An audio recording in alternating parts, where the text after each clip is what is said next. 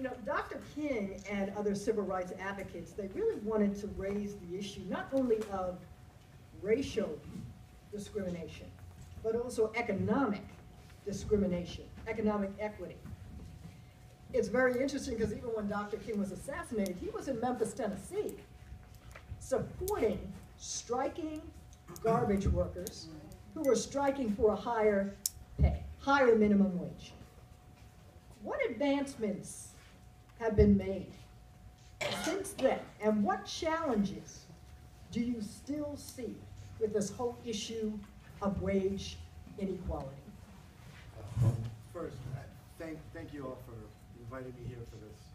I'm a last-minute substitute, so you'll have to bear with me. And I also want to thank Joel Meade so much for his help with Fan the Box. It was vital for members of my union, and vital for so many people.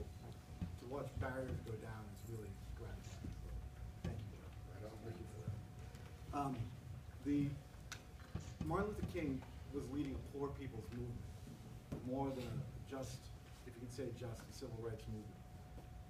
At the time that he was organizing, unions represented 37% of all the workers in this country. Right now, we're looking at barely 7. I mean, Rhode Island is unique in that we're stronger than most, but it's still not a position of power.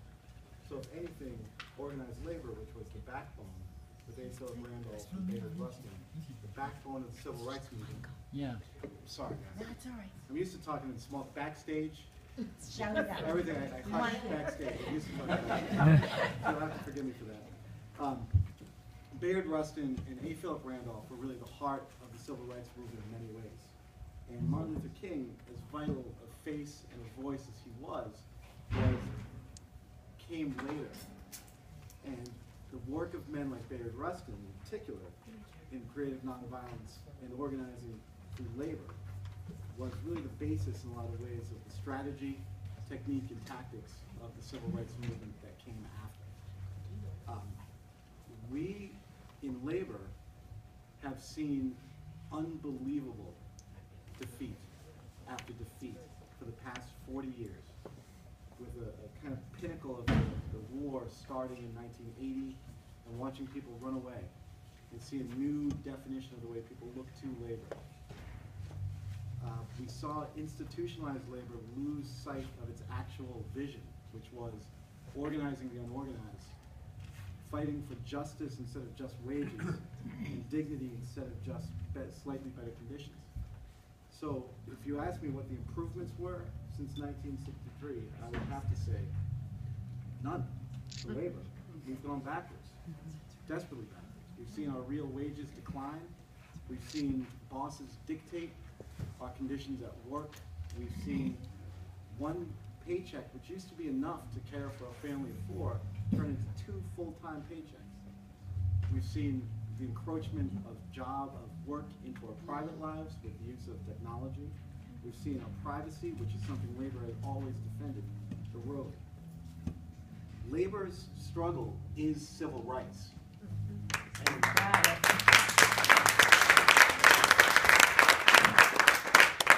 And the fight for economic equality has been labor's struggle since Thomas Powderly in 1860 or 1853. Our fight is one that is going to be multiracial, multi-ethnic, multi-generational. There are very few movements in this world that can encompass all those things. And labor's house is the biggest house. We're the ones that welcome everybody. So as far as income inequality, we're not going to see a change in that until we see people honestly look at the conditions of their own jobs and look to the conditions of their own people and say that solidarity has to be the overarching feeling when we look out in the world. We can't just say that person can get a better job, because are they out there? Have we seen real jobs show up? We haven't. We haven't seen any development in new jobs. Are we going to say, my job's okay, or thank God I have a job? We can't say that, because it's not God that got you the job. You got that job, and you fight for it, and that's what we're here to do. So, but moving forward, I do see that we have the opportunity right now. We're on the cusp of a kind of great moment in labor where the older way of doing business, which was business unionism, is kind of falling away. And we're kind of embracing the tactics from 80 years ago, which is industrial union, where we're seeing a new critique of capitalism every day. It's all came in the criticism of calling Obama a socialist. I don't think anyone Googled socialism so much in that moment. It forced people to reevaluate that, which is amazing. I mean, who knew you'd have an honest conversation about that? The actual critique that labor can do is our critique of moving forward. Capitalism doesn't serve working people. Labor is the barrier between the most evil excesses of capitalism that exists. We're it. We're the last line. So we need to see people who can stand up, look to each other, look to the wages of their partners and not be afraid to ask, are you making enough? And if the answer is an honest no, then figure out how you together can organize and fix it. That's really all I got. And that's thank you. That's so important, because one of the AFL-CIO's victories last year was helping there to be an increase in the minimum wage from $7.75 an hour to $8 an hour. But is that a wage that people and families can really live on? No.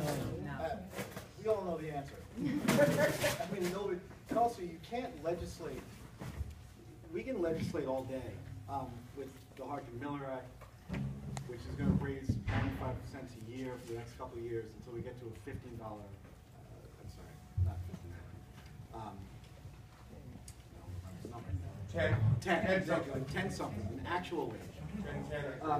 But that's still a minimum. That's still what the boss thinks of you, right? I mean, that's no substitute for actual organizing. And that's where union comes in, is that you can say that this is the floor, and if the boss is holding you on the floor, at some point you have to decide to get up, and that depends on workers and not on legislators. And that's also directly related to the recent fast food strikers. You know, they were pushing for a minimum wage of at least $15 an hour. That's why that number just comes out. You know, more than 25 years ago, Dr. King wrote in his book, Where Do We Go From Here? Chaos or Community. There's nothing but a lack of social vision to prevent us from paying an adequate wage to every American worker. Whether a hospital worker, laundry worker, maid, or day laborer, what are some of the ways that we who are here today can support the movement for a higher minimum wage and wage equity in Rhode Island? First, obviously, because there's a bill that's going to be pending that's going to raise wages, or minimum wage, contact your legislator. Hold their feet to the fire about this. Make sure that we do raise the floor a little bit. $8 is not a lot of money. You know, it's not going to get very far. What we do as workers and as citizens is we find, if we're a worker, we go out and we find the union that would represent us. If there isn't one, we make one. And then you do something that a friend of mine said, an old man that I grew up with in New York, old guy, said, act as if. That's kind of the key to organizing, is that if you're going to work for a union, or you're going to work to organize, you have to act as if we've already achieved it. You have to act as if that the boss is afraid of you, and the boss will be negotiating a contract from a position of weakness, not strength. You have to act as if you are more in control of your life. What we do as citizens and workers is we have to believe in our civil life, which means we look to our neighbors, and we have to make sure that they're doing as well as we are. And if we're not doing well, then you can assume that they're not doing well. And that means we all have to lift each other up. And that's the job of labor, and that's where we're at right now.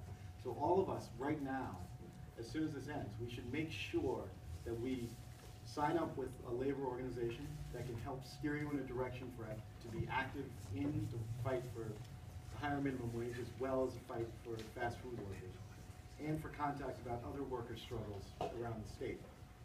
Renaissance Hotel right now has been going on a 10-month struggle. And we should remember that those people have been on the ticket line every Wednesday for 9 months.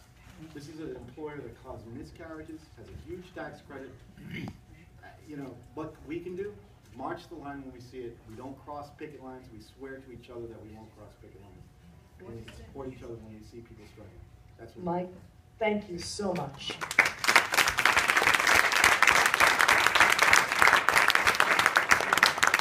Let's move on to Hillary.